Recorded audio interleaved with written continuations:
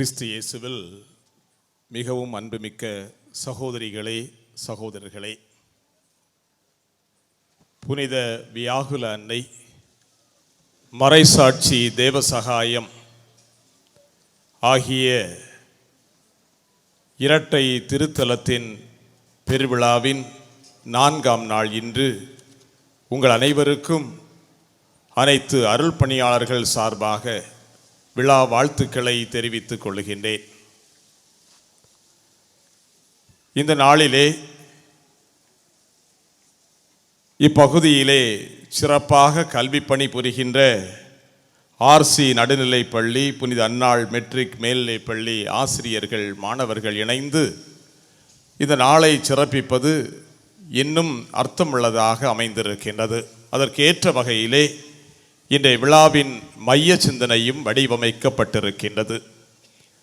கற்றல் கற்பித்தலில் கண்ணியமின்மையால் உருவெடுக்கும் வியாகுலம். கடமை உணர்வோடு இந்த கல்வி பணியை புரிய அழைப்பு விடுக்கப்படுகின்றது. இந்த யூபிலி ஆண்டு என்ற அடிப்படையிலே இன்று நாம் சிந்தித்து பார்க்க அழைக்கப்படுகின்றோம். அருமையான ஒரு மைய சிந்தனை. கல்வி என்பதற்கு அர்த்தம் என்ன? கல்வி என்பதற்கு அர்த்தம் என்ன? இந்த கேள்விக்கு என்ன பதில் சொல்லுவீர்கள்? கற்றுக்கொள்ளுதல், தெரியாததை அறிந்து கொள்ளுதல் என்று எளிமையாக சொல்லிவிடலாம். ஆனால் கல்வி என்கின்ற இந்த சொல்லானது கல்லுதல் என்கின்ற வினை சொல்லிலிருந்து வருகின்றது. கல்லுதல் என்றால் தோண்டுதல் என்று அர்த்தம். ஒரு கேணி, ஒரு கிணறு, அதனை எந்த அளவுக்கு தோண்டுகின்றோமோ அந்த அளவுக்கு நல்ல நீர் ஊற்றெடுப்பது போல, எந்த அளவுக்கு கற்றுக்கொள்ளுகின்றோமோ அந்த அளவுக்கு உண்மை தெரிய வருகிறது, அறிவு வளர்கிறது, ஞானம் வளர்கிறது, வாழ்க்கையின் வழி நமக்கு புரிய வருகிறது. இதைத்தான் வள்ளுவரும் அழகாக சொன்னார். தொட்டனை தூறும் மணற்கேணி மாந்தர்க்கு கற்றனை தூறும் அறிவு.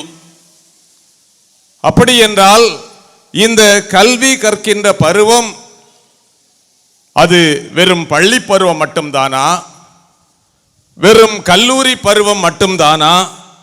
மாறாக வாழ்க்கை முழுவதுமே கற்கின்ற ஒரு செயல்பாடுதான் கல்வியாக அமைந்திருக்கின்றது. நான் கற்று தேர்ந்து விட்டேன், எனக்கு எல்லாம் தெரியும் என்று ஒரு மனிதன் சொல்லிவிடவே முடியாது. வாழ்வு முழுவதுமே அவன் கற்றுக்கொண்டே இருக்கின்றான். ஏன், இறப்பு வரையிலும் அவன் கற்றுக்கொண்டே இருக்கின்றான். அன்புமிக்கவர்களே, கல்வி என்கின்ற இந்த தமிழ் சொல் ஆங்கிலத்திலே எஜுகேஷன் என்று சொல்லுகின்றோம்.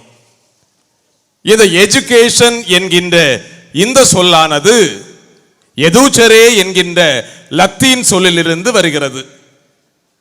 இதற்கு அர்த்தம் என்ன என்றால் வெளிக்கொணர்தல் என்ற அர்த்தம். To bring out. கற்றல் என்று சொல்லும் பொழுது நாம் என்ன நினைக்கிறோம்? ஒரு குழந்தைக்கு சொல்லிக் கொடுத்து கொண்டே இருப்பது, அதற்கு எதுவும் தெரியாது, எனவே ஒன்றும் தெரியாத குழந்தைக்கு அறிவை அங்கே ஊற்றுவது, அறிவால் நிரப்புவது, இதுதான் கல்வி செயல்பாடு என நினைக்கின்றோம். ஆனால் அர்த்தம் அதுவல்ல. அந்த குழந்தைக்கு பல அனுபவங்கள் இருக்கின்றன. அந்த குழந்தை ஏற்கனவே கற்று தேர்ந்திருக்கிறது. அந்த கற்று தேர்ந்ததை வெளிக்கொணர்வதுதான் கல்வி என்று சொல்லப்படுகின்றது. நமக்கு ஒரு கேள்வி எழலாம். இந்த குழந்தை ஒரு வேளை ஒரு எல்கேஜி அல்லது யூகேஜி அல்லது 1ஆம் வகுப்பிலே சேர்க்கப்படுகின்ற ஒரு குழந்தை எப்படி ஏற்கனவே கற்றிருக்கிறது? அதுக்கு ஒன்றும் தெரியாதே. பள்ளிக்கு வந்தால்தானே அந்த குழந்தை கற்றுக்கொள்ள முடியும். ஆசிரியர் சொல்லிக் கொடுத்தால்தானே அந்த குழந்தைக்கு தெரிய வரும் என்று நினைக்கலாம். ஆனால் கல்வியாளர்கள் என்ன சொல்லுகிறார்கள்? அந்த குழந்தை ஒரு தாயுடைய கருவில் இருக்கும் போதே அது கற்க ஆரம்பிக்கிறதாம். எப்படி ஒரு குழந்தை தாயுடைய கருவில் இருக்கும் பொழுதே அதனுடைய கல்வி தொடர்கிறது, அது ஆரம்பிக்கிறது என்றால், அன்புமிக்கவர்களே, நாம் சற்று உன்னிப்பாக சிந்தித்து பார்க்க வேண்டும். ஒரு தாய் ஒரு கருவை, ஒரு குழந்தையை வயிற்றிலே சுமந்திருக்கின்றாள். அந்த குழந்தையுடைய ஒவ்வொரு உணர்வுகளும், அந்த தாயுடைய ஒவ்வொரு உணர்வுகளும் குழந்தையை பாதிக்கின்றது. ஒருவேளை ஒரு குடும்பத்திலே குடிகார கணவன், அந்த மனைவி கருவுற்றிருக்கிறாள், ஒரு குழந்தையை சுமந்து கொண்டிருக்கிறாள். அந்த கணவனுடைய தொல்லை தாங்க முடியவில்லை. ஒவ்வொரு நாளும் அவருடைய வாழ்க்கை அழுகையிலே நகர்ந்து கொண்டிருக்கிறது என்றால், நிச்சயமாக அந்த உணர்வுகள், அந்த அழுகை, அந்த தாயுடைய வேதனை, அந்த தாயுடைய கண்ணீர் அந்த குழந்தையை அதிகமாகவே பாதிக்கின்றது. ஆனால் அதே நேரத்திலே இன்னொரு தாய் கருவுற்றிருக்கிறாள், அவள் மகிழ்ச்சியாக இருக்கிறாள், நிறைவாக நிம்மதியாக இருக்கிறாள். அவள் கருவுற்றிருக்க அந்த நேரத்திலே பல காரியங்களை கற்றுக்கொள்கிறாள், பல நல்ல புத்தகங்களை வாசித்துக் கொள்ளுகிறாள். இவளுடைய இந்த நற்குணங்கள் அந்த குழந்தையை வளர்ச்சி அடைய செய்கிறது. அந்த குழந்தை அத்தகைய உணர்வுகளை எல்லாம் பெற்றுக் கொள்கிறதாம். எனவே ஒவ்வொரு குழந்தையும் பிறக்கும் பொழுதே பல உணர்வுகளோடு பிறக்கின்றது. பிறந்த உடனேயே படிப்படியாக பல காரியங்களை கற்றுக்கொள்ளுகின்றது. அன்புமிக்கவர்களே, இது தந்தை, இது தாய், இதுதான் குடும்பம், இதெல்லாம் உடன் பிறந்தவர்கள் என்றெல்லாம் படிப்படியாக அந்த குழந்தை கற்றுக்கொள்ளுகின்றது, சமூகத்திலிருந்து கற்றுக்கொள்ளுகின்றது. எனவே கல்வி செயல்பாடு என்று சொல்லும் பொழுது ஆசிரியர்கள் அல்லது அதன் பொறுப்பில் இருக்கின்றவர்கள் சற்று சிந்தித்து பார்க்க வேண்டியது, எனது மாணவனுக்கு எதுவும் தெரியாது, எனவே நான் தான் கற்றுக் கொடுக்கின்றேன், நான் தான் சொல்லிக் கொடுக்கிறேன் என்பது அல்ல. மாறாக இந்த குழந்தைக்கு நிறைய அனுபவங்கள் இருக்கின்றன, ஏற்கனவே பலவற்றை அதை கற்றிருக்கின்றது, அதனை வெளிக்கொணர்வதுதான் கல்வி. ஒருவேளை புதிய கருத்துக்கள் அல்லது புதிய அறிவு, புதிய ஒரு செயல்பாடு, அதை ஏற்கனவே அந்த குழந்தை கற்றுக்கொண்ட அனுபவங்களோடு தொடர்புபடுத்தி அதனை கற்றுக் கொடுக்க வேண்டும் என்கிறார்கள் கல்வியாளர்கள். அன்புமிக்கவர்களே, இந்த கல்வி என்று சொல்லும் பொழுது ஒரு குழந்தையுடைய முழுமையான ஆளுமை வளர்ச்சி அதற்கு உதவுவது. முழுமையான ஆளுமை வளர்ச்சி என்று சொல்லும் பொழுது அந்த குழந்தையுடைய நற்பண்புகள், அந்த குழந்தையுடைய நற்செயல்கள், அந்த குழந்தையுடைய நல்ல சிந்தனைகள், அந்த குழந்தையுடைய பல்வேறு செயல்பாடுகள் எல்லாமே ஒரு ஆளுமை வளர்ச்சி என்று சொல்ல முடியும். இத்தகைய சிறந்த ஆளுமை வளர்ச்சியை உருவாக்குவதுதான் கல்வி. நாம் என்ன நினைக்கின்றோம்? கல்வி என்று சொல்லும் பொழுது அது ஒரு வேலைக்கான தயாரிப்பு, வருங்கால தொழில் செய்வதற்கான ஒரு தயாரிப்பு என்று நினைக்கின்றோம். அதுவல்ல, அது மட்டுமல்ல, மாறாக ஒரு குழந்தையுடைய ஒட்டுமொத்த ஆளுமை வளர்ச்சியை கல்வி கொடுக்க வேண்டும். அன்புமிக்கவர்களே, இந்த பின்னணியிலே நாம் சற்று சிந்தித்து பார்க்க வேண்டும். இத்தகைய ஒரு முழுமையான ஆளுமை வளர்ச்சிக்கு இன்றைய கல்வி உதவுகிறதா? எத்தனையோ கல்வி நிறுவனங்கள், எத்தனையோ கல்லூரிகள், எவ்வளவோ பள்ளிகள், காலையில் பார்த்தால் பிள்ளைகள் எல்லாம், மாணவர்கள் எல்லாம் கல்வி நிறுவனங்களை நோக்கி சென்று கொண்டிருக்கிறார்கள். பல வகையான கல்வி சாலை, பேருந்துகள் எல்லாம் பார்க்கின்றோம். ஆனால் இன்றைய சூழலிலே இத்தகைய முழுமையான ஒரு ஆளுமை வளர்ச்சிக்கு இந்த கல்வி எந்த அளவுக்கு உதவுகிறது என்று சிந்தித்து பார்க்க வேண்டும். இந்த கல்வியை அல்லது கற்றல் கற்பித்தல், இதிலே இந்த கல்வியை கொடுப்பதிலே பங்கெடுக்கின்றவர்கள் யார் யார் என்று பார்க்கும் பொழுது, அன்புமிக்கவர்களே, முதலாக பெற்றோர்தான். ஒவ்வொரு குடும்பத்துள்ள பெற்றோர்தான் குழந்தைக்கு முதலிலே கல்வியை கொடுக்கின்றார்கள். தாயுடைய மடிதான் குழந்தையுடைய தொடக்க பள்ளியாக அமைந்திருக்கின்றது. ஒரு தாயிடமிருந்துதான் குழந்தை அன்பையும் உறவையும் பாசத்தையும் கற்றுக்கொள்ளுகின்றது, பெற்றுக்கொள்ளுகின்றது. எனவே ஒரு குடும்பத்தில் உள்ள பல்வேறு நிலைகள், பல்வேறு சூழல்கள், அனைத்தும் அந்த குழந்தை அந்த குடும்பத்தில் இருந்து தான் கற்றுக்கொள்கிறது. இதெல்லாம் ஒரு பள்ளிக்கூடத்திலே சேர்ப்பதற்கு முன்னாலேயே குழந்தை பெற்று வருகின்றது, கற்று வருகின்றது ஒரு குடும்பத்திலிருந்து. அதற்கு அடுத்தபடியாகத்தான் அது பயிலுகின்ற கல்வி கூடங்கள், அங்கு ஆசிரியர்கள் சொல்லிக் கொடுக்கின்ற பாடங்களாக இருக்கலாம். அது மட்டுமல்ல, மூன்றாவதாக ஒரு சமூகம் குழந்தையுடைய இந்த கல்வி அறிவிலே மிகுந்த பங்கெடுக்கின்றது என்று சிந்தித்து பார்க்க வேண்டும். எனவே ஒவ்வொரு சமூகமும் ஒரு குழந்தையுடைய வளர்ச்சியிலே, அதுவும் குறிப்பாக இந்த கற்றல் கற்பித்தலிலே முழுமையாக ஈடுபட வேண்டும். ஒரு சமூகம் தீய சிந்தனைகளை குழந்தைக்கு கொடுத்து கொண்டிருக்கிறது என்றால், ஒரு குழந்தை வளருகின்ற அந்த சமூகம் அது அடி புரண்ட சமூகமாக, தடம் புரண்ட ஒரு சமூகமாக இருக்கிறது என்றால், அந்த குழந்தையுடைய கற்றல் கற்பித்தல் சிறப்பாக அமையவே முடியாது. எனவே ஒரு குடும்பமாக இருக்கலாம், அல்லது அடுத்தபடியாக அந்த குழந்தை பயிலுகின்ற கல்வி கூடங்களாக இருக்கலாம், அல்லது அந்த குழந்தை வாழுகின்ற சமூகமாக இருக்கலாம். இவை அனைத்துமே குழந்தையுடைய கற்றல் கற்பித்தலிலே சிறப்பான இடம் பெறுகிறது என்பதை நாம் உணர்ந்து கொள்ள வேண்டும். ஆனால் பல நேரங்களிலே என்ன நடக்கிறது என்றால், குழந்தைகள் இந்த கல்வியை எந்த அளவுக்கு அதனுடைய முக்கியத்துவத்தை உணர்ந்து கற்றுக்கொள்கிறார்கள் என்று சிந்தித்து பார்க்க வேண்டும். ஒரு பள்ளியிலே ஒரு வரலாற்று ஆசிரியர் 8ஆம் வகுப்பிலே பாடம் எடுத்து கொண்டிருந்தார். அவர் ராஜாராம் மோகன் ராய் என்பவரை பற்றி அந்த வரலாற்று பாட வேளையிலே கற்றுக் கொடுத்தார். சிறந்த ஒரு மறுமலர்ச்சியாளர், நவீன இந்தியாவுடைய தந்தை என்று அழைக்கப்படுகின்றவர் இந்த ராஜாராம் மோகன் ராய்.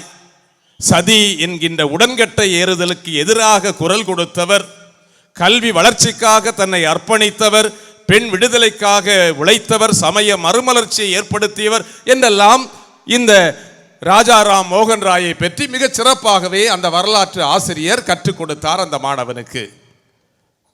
கேள்வி வந்தது தேர்வு நேரத்திலே, ராஜாராம் மோகன் ராய் சிறு குறிப்பு வரைக என்று எழுதப்பட்டிருந்தது. இந்த மாணவன் தன்னுடைய விடைத்தாளிலே எழுதினானாம், ஒன்று ராஜா, இன்னொன்று இரண்டாவது ராம், மூன்றாவது மோகன், நான்காவது ராய். இந்த 4 பேருமே நல்ல நண்பர்கள். இவர்கள் 4 பேரும் சேர்ந்துதான் பயணிப்பார்கள். இந்த 4 பேரும் சேர்ந்துதான் திட்டமிடுவார்கள். இவர்களுடைய முயற்சியும் இவர்களுடைய பணியும் இந்தியாவுக்கு மிகவும் பயனுள்ளதாக அமைந்திருந்தது. சிறு குறிப்பு அதோடு முடிந்தது. ஆசிரியர் அந்த விடைத்தாளை எடுத்து திருத்திவிட்டு மாணவனை அழைத்தார், இங்கே வா, இந்த ராஜாராம் மோகன் ராய் 4 பேர் என்று எழுதியிருக்கிறாயே, அது ஒரு நபர் தான். மாணவன் அழுது கொண்டே இருந்தான். ஏண்டா அழுற, நீ தப்பா இல்லை பதில் எழுதியிருக்கிறாய் என்று கேட்டபோது அந்த மாணவன் சொன்னான், சார் நீங்கள் வாசிக்காமலேயே மார்க்கு போடுவீங்க அப்படின்னு நான் நினச்சேன், ஆனால் வாசித்து பார்த்து இது ஒரு ஆள் தான் இப்படி சொல்கிறீங்களே, எனதான் கஷ்டமாக இருக்கு அப்படின்னு சொன்னானா. அன்புமிக்கவர்களே, மாணவர்கள் இன்றைய கற்றலை எப்படி எடுத்துக்கொள்கிறார்கள் என்பதும் மிக இன்றியமையாததாக அமைந்திருக்கின்றது. ஒரு பொழுதுபோக்காக பல நேரங்களிலே மாணவர்கள் கல்வி சாலைக்கு சென்று வருகிறார்கள். ஏதோ பெற்றோர் அனுப்புகிறார்கள், பள்ளியிலே வகுப்பறையிலே பாடம் நடந்து கொண்டிருக்கின்றது, அவ்வளவுதான், நேரத்தை செலவழிக்க வேண்டும், மாலை வீட்டிற்கு செல்ல வேண்டும். இப்படிப்பட்ட எண்ணமுள்ள மாணவர்கள் இன்று இருந்து கொண்டுதான் பலர் இருக்கிறார்கள். ஒரு தாய் நமது மாவட்டத்தில் உள்ள பிரபல்ய பொறியியல் கல்லூரியிலே பயின்று கொண்டிருக்கின்ற தன்னுடைய மகனை பற்றி சொல்லி கொண்டிருந்தார். ஃபாதர், கல்லூரியில் அவன் பயின்று கொண்டிருக்கின்றான், 2ஆம் ஆண்டு பொறியியல் பாடத்திலே அவன் மெக்கானிக் என்ஜினியர் படித்து கொண்டிருக்கின்றான். தேர்வு எழுதக்கூடாது என்று அவனை நிறுத்தி வைத்திருக்கிறார்கள். என்ன என்று தெரியவில்லை. எப்படியாவது அவனை தேர்வு எழுதுவதற்காக நீங்கள் அந்த கல்லூரியிலே பேச வேண்டும் என்று கேட்டுக்கொண்டார்கள். நானும் அந்த கல்லூரி முதல்வரிடம் தொடர்பு கொண்டு பேச ஆரம்பித்தேன். அப்பொழுது அந்த கல்லூரி முதல்வர் சொல்லுவார், இந்த மாணவன் வருகை மிக மிக குறைவு, அவன் மொத்தம் வந்த நாட்களே 30 நாட்கள் கூட இல்லை. இத்தனை நாட்களை அவனுடைய வருகை பதிவை வைத்துக்கொண்டு அவன் தேர்வு எழுதுவதற்கு பல்கலைக்கழகம் சம்மதிக்காது. எனவே இவன் தேர்வு எழுத முடியாது என்று அவர் கூற அந்த தாயிடம் கேட்டேன், என்னம்மா இவன் கல்லூரிக்கே போவதில்லையாமே, அப்படி என்றால் எங்கே போகிறான் என்று கேட்டபோது அந்த தாய் சொல்லுவாள், அவன் வீட்டில்தான் இருக்கான், வெளியே போகவில்லை. கல்லூரிக்கு போ என்று சொன்னால் நான் போகவில்லை என்று சொல்லுவான். முதல் 5 நாள் சென்றான், என்னுடைய கட்டாயத்தின் மேல் அதன் பிறகு 2 நாள் சென்றான். இப்படியாக அதிகபட்சம் 30 நாள் தான் கல்லூரிக்கு போயிருப்பான். ஏனம்மா நீங்கள் கட்டாயப்படுத்தி அவனை அனுப்பியிருக்க வேண்டியது தானே என்று கேட்டபோது தாய் சொல்லுவாள், எனக்கு ஒரே மகன், மிகவும் கட்டாயப்படுத்தும் போது அவன் மனம் நொந்து விடுவான். எனவே நான் அவனை எந்த விஷயத்திற்கும் கட்டாயப்படுத்துவதே இல்லை. எனவே அவன் போக்குக்கு அவன் அடங்கட்டும் என்று விட்டுவிட்டேன். ஆனால் இப்படி தேர்வு எழுத முடியாத நிலை வருமே என்று நான் நினைத்து கூட பார்க்கவில்லை. அன்புமிக்கவர்களே, இப்படியும் பெற்றோர்கள் இருக்கத்தான் செய்கிறார்கள். இந்த நேரத்தில் தான் அன்னை மரியாவை நான் ஒரு மேற்கோளாக காட்ட விரும்புகின்றேன். அன்னை மரியாள் ஆண்டவர் இயேசுவை பெற்றெடுத்தாள். அதோடு அவரது கடமை முடிந்து போகவில்லை. ஆண்டவர் இயேசுவுக்கு இறை மகனுக்கு தாயாகின்ற அந்த பொறுப்பை எடுத்த மரியாள் அந்த குழந்தையை தனது வயிற்றில் தாங்கியது மட்டுமல்ல, பெற்றெடுத்தது மட்டுமல்ல, இயேசுவுடைய வளர்ச்சியிலே படிப்படியாக அனைத்து நிலைகளிலும் அன்னை மரியாள் உடனிருந்தார் என்று பார்க்கின்றோம். அதிலும் குறிப்பாக அன்புமிக்கவர்களே, கானாவில் நடைபெற்ற திருமண நேரத்திலே, ரசம் தீர்ந்து போன நேரத்திலே, மகனே ரசம் தீர்ந்து விட்டது என்று சொன்ன நேரத்திலே அந்த மகன் மறுக்கின்றார். அம்மா, எனது நேரம் இன்னும் வரவில்லை, அதை ஏன் என்னிடம் சொல்லுகிறீர்? ஆனால் அந்த தாய் அப்படி விட்டு விடவில்லை. அந்த மகனை கட்டாயப்படுத்துகின்றார். அந்த நிகழ்ச்சியை அங்கு செய்ய வைக்கின்றார். தண்ணீரை ஆண்டவர் இயேசு திராட்சரசமாக மாற்றுகின்றார். அவரது பொதுப்பணியிலே முதல் புதுமையாக அது சுட்டி காட்டப்படுகின்றது. ஒரு தாய் அல்லது ஒரு பெற்றோர் எப்படி குழந்தைகளை உருவாக்க வேண்டும், நடத்தி கொள்ள வேண்டும், அவருடைய வளர்ச்சியிலே அவருடைய பங்கு என்ன என்பதை நாம் சற்று ஆழமாகவே அன்னை மரியாவிடமிருந்து புரிந்து கொள்ள வேண்டும், கற்றுக்கொள்ள வேண்டும். இந்த தாயானவள் அந்த மகனை கட்டாயப்படுத்தி அந்த இடத்திலே அந்த புதுமையை நடத்தி வைக்கிறார். இதுதான் ஒரு பெற்றோருடைய கடமையாக இருக்கின்றது. கற்றல் கற்பித்தலிலே அன்புமிக்கவர்களே, பெற்றோர் பல நேரங்களிலே குழந்தைகளை கட்டாயப்படுத்த வேண்டிய ஒரு சூழல் இருக்கிறது. இன்று அரசின் சட்டம் என்ன? ஆசிரியர்கள் மாணவர்களை அடிக்கக்கூடாது, எந்த தண்டனையும் கொடுக்கக்கூடாது, ஏன் மனம் புண்படும்படி கூட பேசக்கூடாது. இது சட்டம். ஆசிரியர்கள் என்ன சொல்கிறார்கள்? எந்த நேரத்திலே சட்டம் வந்ததோ மாணவர்கள் எங்களுடைய கட்டுப்பாட்டில் இல்லை என்று கையை விரித்து விடுகின்றார்கள். இப்படிப்பட்ட ஒரு சூழலிலே பெற்றோரும் என்ன செய்கிறார்கள்? பிள்ளை மனநொந்து விடக்கூடாது என்று அப்படியே கண்ணும் கருத்துமாக அந்த குழந்தையை பாதுகாத்து வருகின்றார்கள்.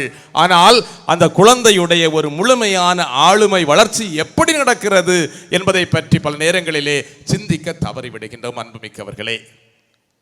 எனவே அன்னை மரியாவுடைய இந்த அடிச்சுவடுகளை நாம் பின்பற்றி பார்க்க வேண்டும். குழந்தை வளர்ப்பிலே, இந்த குழந்தையுடைய உருவாக்கத்திலே சில நேரங்களிலே இதுதான் நல்லது என்பதை பெற்றோர் உணர்ந்து பிள்ளைகளை கட்டாயப்படுத்தி அதை பின்பற்ற வைக்க வேண்டியது நமது கடமை என்பதை புரிந்து கொள்ள வேண்டும். இன்றைய சூழலிலே அன்புமிக்கவர்களே, கல்வி ஒரு வியாபாரமாக மாறிவிட்டது. ஒருவனுக்கு அதிகமான பணம் இருக்கிறது என்றால் ஒரு காலத்திலெல்லாம் அவன் ஒரு தொழிற்சாலையை நடத்துவான், அல்லது ஒரு தொழிலை அவன் தொடங்கி அதை சிறப்பாக நடத்துவதற்கான ஏற்பாடுகளை செய்வான். ஆனால் இன்று என்ன நடக்கிறது? ஒரு கல்வி சாலையை உருவாக்குகின்றான், அதிலிருந்து அவன் சம்பாதிக்க முடியுமா என்று நினைக்கின்றான். நவீன காலத்திலே இன்று கல்வி ஒரு வியாபார பொருளாக மாறிவிட்டது அன்புமிக்கவர்களே. ஆனால் அதே நேரத்திலே இந்த கல்வியுடைய மேன்மையை உணர்ந்து அதன் உருவாக்கத்திலே ஈடுபடுகின்ற கல்வி நிறுவனங்களும் ஏராளம். 2ஆம் வத்திக்கான் சங்கம் கிறிஸ்தவ கல்வி என்கின்ற அந்த ஏட்டிலே சிறப்பான ஒரு மேற்கோளை காட்டுகின்றது. நமது கத்தோலிக்க குழந்தைகளை கத்தோலிக்க பள்ளிகளிலேயே பயிற்றுவிக்க வேண்டும் என்று அது மிக சிறப்பாக உன்னிப்பாக சொல்லுகின்றது. ஏனென்றால் இந்த குழந்தைகள் கிறிஸ்தவ பண்புகளிலே வளர இந்த கல்வி நிறுவனங்கள் அவர்களுக்கு உதவ வேண்டும். இதுதான் கத்தோலிக்க திருச்சபை கல்வி நிறுவனங்களை நடத்துவதன் நோக்கமாக அமைந்திருக்கின்றது. நற்பண்புகள், இறை ஆட்சியின் விளிமியங்கள், இதனை இந்த குழந்தைகள் சிறு பருவத்திலிருந்தே அதனை கற்றுக்கொள்வதற்கும் அதன்படி தங்களது வாழ்வை அமைத்துக் கொள்வதற்கும் தான் கத்தோலிக்க திரு அவை கல்வி நிறுவனங்களை நடத்தி கொண்டிருக்கிறது என்பதை இரண்டாம் வத்திக்கான் சங்கம் உறுதியாகவே சொல்லுகிறது. அந்த அடிப்படையிலே அன்புமிக்கவர்களே, கல்வி ஒரு வியாபாரமாக மாறிவிட்ட ஒரு சூழலிலும் நமது பிள்ளைகள் இத்தகைய கத்தோலிக்க கல்வி நிறுவனங்களிலே சென்று பயிர்கிறார்களா?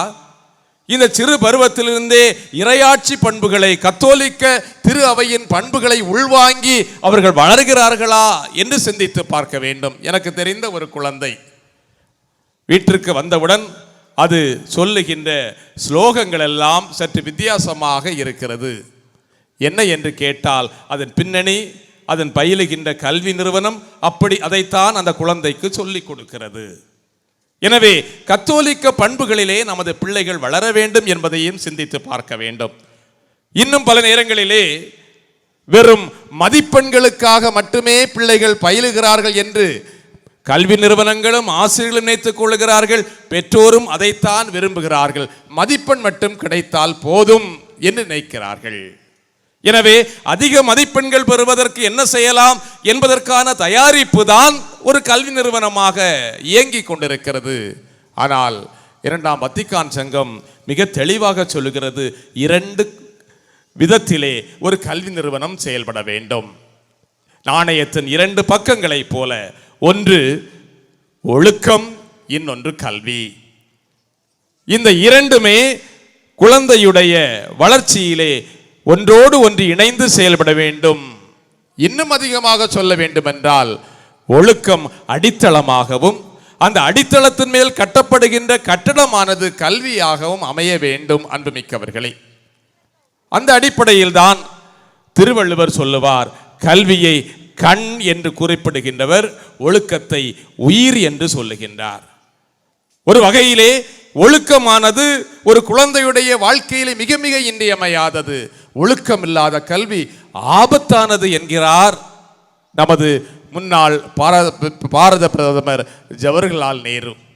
அந்த அடிப்படையிலே நமது குழந்தைகள் ஒழுக்கத்திலே எந்த அளவுக்கு உயர்ந்து வருகிறார்கள் என்று சிந்தித்து பார்க்க வேண்டும். அன்புமிக்கவர்களே, ஆண்டவர் இயேசு எப்படி இந்த கல்வியிலே, இந்த ஒழுக்கத்திலே வளர்ந்தார், வளர்ச்சி அடைந்தார், அவரது இளமை பருவம் எப்படி இருந்தது என்பதை விவிலியத்திலே நாம் சற்று சிந்தித்து பார்ப்போம். ஆண்டவர் இயேசுடைய அந்த இளமை பருவம், அதை பற்றி விவிலியம் அதிகமாக சொல்லவே இல்லை. இன்னும் சொல்ல போனால் 12 வயதிலே ஆலயத்திலே இயேசு காணாமல் போய்விடுகின்றார். காணாமல் போன குழந்தை இயேசுவை தேடி ஆலயத்தில் வருகின்றார்கள். 3 நாட்களுக்கு பிறகு அவருடைய பெற்றோர் அங்கு வந்து இயேசுவை கண்டுகொள்ளுகின்றார்கள். நான் என் தந்தையின் அலுவல்களில் ஈடுபட்டிருக்க வேண்டும் என்று உங்களுக்கு தெரியாதா என்று ஆண்டவர் இயேசு அவர்களுக்கு பதில் கூறுகிறார். அந்த பகுதி அதன் பிறகு இயேசுடைய திருமுழுக்கு ஆரம்பிக்கின்றது. நமக்கு தெரியும் 30 வயதிலே அவருடைய திருமுழுக்கு. அப்படி என்றால் அவருடைய 12 வயதிலிருந்து இந்த 30 வயது வரை நமது பிள்ளைகள் கற்கின்ற ஒரு காலகட்டம். அது பள்ளி கல்வியாக இருக்கலாம், உயர்கல்வியாக இருக்கலாம். அருமையான ஒரு இளமை பருவம் இயேசுடைய இந்த இளமை பருவம் 12 வயதிலிருந்து 30 வயது வரை. இந்த 12 வயதிலிருந்து 30 வயது வரையுடைய இந்த இளைஞர் இயேசுவுக்கு என்ன நடந்தது? அவர் எப்படி அனைத்தையும் கற்றுக்கொண்டார், எப்படி அனைத்தையும் பெற்றுக்கொண்டார் என்பதை லூக்கா நற்செய்தியாளர் 2ஆம் அதிகாரம் 52வது இறை வார்த்தையிலே சுருக்கமாக ஒரே வாக்கியத்தில் அவர் குறிப்பிடுகிறார். இயேசு ஞானத்திலும் உடல் வளர்ச்சியிலும் மிகுந்து கடவுளுக்கும் மனிதருக்கும் உகந்தவராய் விளங்கினார். இதுதான் இந்த 12 வயதிலிருந்து 30 வயது வரை இயேசுவுக்கு நடந்த அந்த ஒரு பயிற்சியாக, அந்த ஒரு கல்வியாக அமைந்திருந்தது. அவர் கடவுளுக்கும் மனிதருக்கும் உகந்தவராய் வாழ்ந்து வந்தார். எனவே பிள்ளைகளுடைய வளர்ச்சியிலே அவர்கள் கடவுளுக்கு உகந்த பிள்ளைகளாக உருவாகிறார்களா, வளர்கிறார்களா என்பதை பார்க்க வேண்டியது பெற்றோர், இந்த சமூகம், கல்விக்கூடங்கள் அனைத்தின் கடமையாக அமைந்திருக்கின்றது. நமது ஆயர் இல்லத்தில் அமைந்திருக்கின்ற saint Joseph matric higher secondary school அதனுடைய பொறுப்பிலே நான் இருந்தபோது ஒரு தந்தை என்னை பார்க்க வந்திருந்தார். அவர் மிகுந்த வேதனையோடு சொல்லுவார், என்னுடைய மகன் உங்கள் பள்ளிக்கூடத்திலே 12ஆம் வகுப்பு படித்துக் கொண்டிருக்கின்றான். நான் வெளிநாட்டிலே வேலை செய்து கொண்டிருக்கின்றேன். என்னுடைய மகனோடு பேச வேண்டும் என்று ஆசைப்படுகிறேன், ஆனால் அவன் பேசுவதே இல்லை. கடந்த 3 வருடங்களாக அவன் என்னிடம் பேசாமலேயே இருந்து கொண்டிருக்கின்றான். அவனிடம் எப்படியாவது நீங்கள் சொல்லி என்னை பேச சொல்லுங்கள். வெளிநாட்டிலிருந்து என்னுடைய மனைவியிடம் பேசி பையனிடம் கொடு, நான் அவனிடம் பேச வேண்டும் என்று சொன்னால் அவன் பேச மாட்டான். இப்பொழுது விடுமுறைக்கு வந்திருக்கின்றேன், முகத்தை அப்படியே திருப்பி விடுகிறான். எனது முகத்தையே அவன் பார்க்க விரும்பவில்லை போல நடந்து கொள்கிறான். அந்த தந்தை மிகுந்த வேதனையோடு சொன்னார். நான் அந்த மாணவனை அழைத்தேன். இதற்கு உன் தந்தையோடு நீ பேசுவதில்லை, காரணம் என்ன என்று கேட்டபோது அவன் சொல்லுவான், எனது தந்தையிடம் நான் பைக் வாங்கி கேட்டேன். 9ஆம் வகுப்பு படித்து கொண்டிருந்த போது அவர் என்ன சொன்னார் தெரியுமா? 12ஆம் வகுப்பு முடி, அதன் பிறகு உனக்கு பைக் வாங்கி தருகிறேன் என்று சொன்னார். அப்படியா? அப்படி என்றால் நான் 12ஆம் வகுப்பு படித்து முடித்து நீர் எப்போது பைக் வாங்கி தருவீரோ அப்போது நான் உம்மிடம் பேசுகிறேன் என்று முடிவெடுத்து விட்டேன். ஒரு மாணவனுடைய பதிலை பாருங்கள்.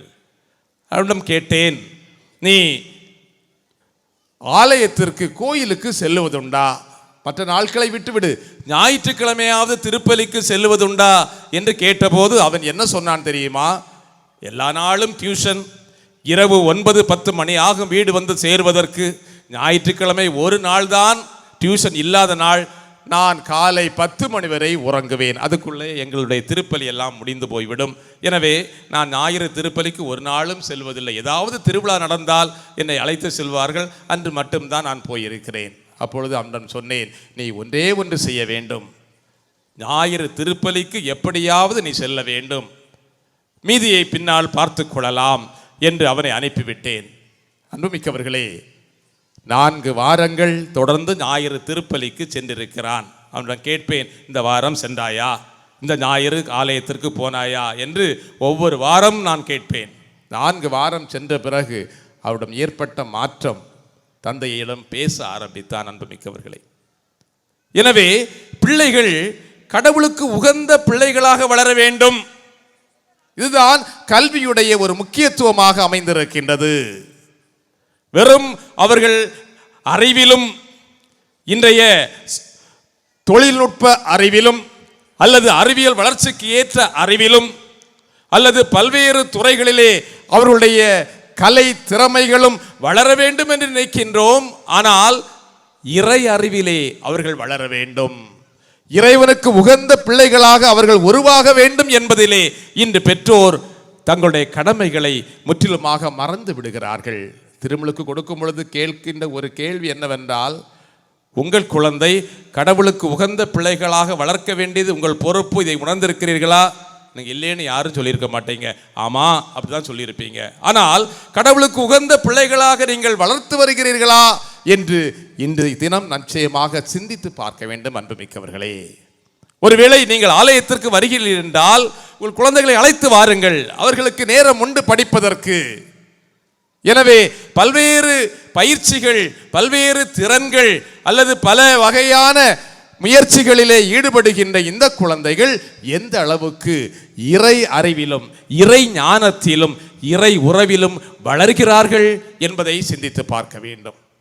இரண்டாவதாக, ஆண்டவர் இயேசு இந்த இளமை பருவத்திலே அவர் கடவுளுக்கு மட்டுமல்ல மனிதருக்கும் உகந்தவராய் வாழ்ந்து வந்தார். சக மனிதர்களோடு எந்த அளவுக்கு இந்த குழந்தைகள் நல் உறவை உருவாக்கி கொள்ளுகிறது, தங்களோடு வாழுகின்ற வறியவர்கள், எளியவர்கள், இவர்கள் மேல் இந்த குழந்தைகள் அக்கறை கொண்டிருக்கிறதா என்பதையும் சிந்தித்து பார்க்க வேண்டியது நமது கடமையாக இருக்கின்றது. ஒரு சமூகத்திற்கு ஏற்ற நல்ல குழந்தைகளாக உருவாக்குவது இந்த கற்றல் கற்பித்தலின் மேலான கடமையாக அமைந்திருக்கின்றது. அன்புமிக்கவர்களே, இயேசு கடவுளுக்கும் மனிதருக்கும் உகந்தவராய் வாழ்ந்து வந்தார். நமது பிள்ளைகளும் கடவுளுக்கு ஏற்ற பிள்ளைகளாக, இன்றைய சமூகத்தில் வாழ்கின்ற எல்லா மனிதர்களுக்கும் உகந்த பிள்ளைகளாக வளர நாம் பணிபுரிவோம். அதற்காக இந்த பலியிலே இறை அருளை வேண்டுவோம். ஆமென்.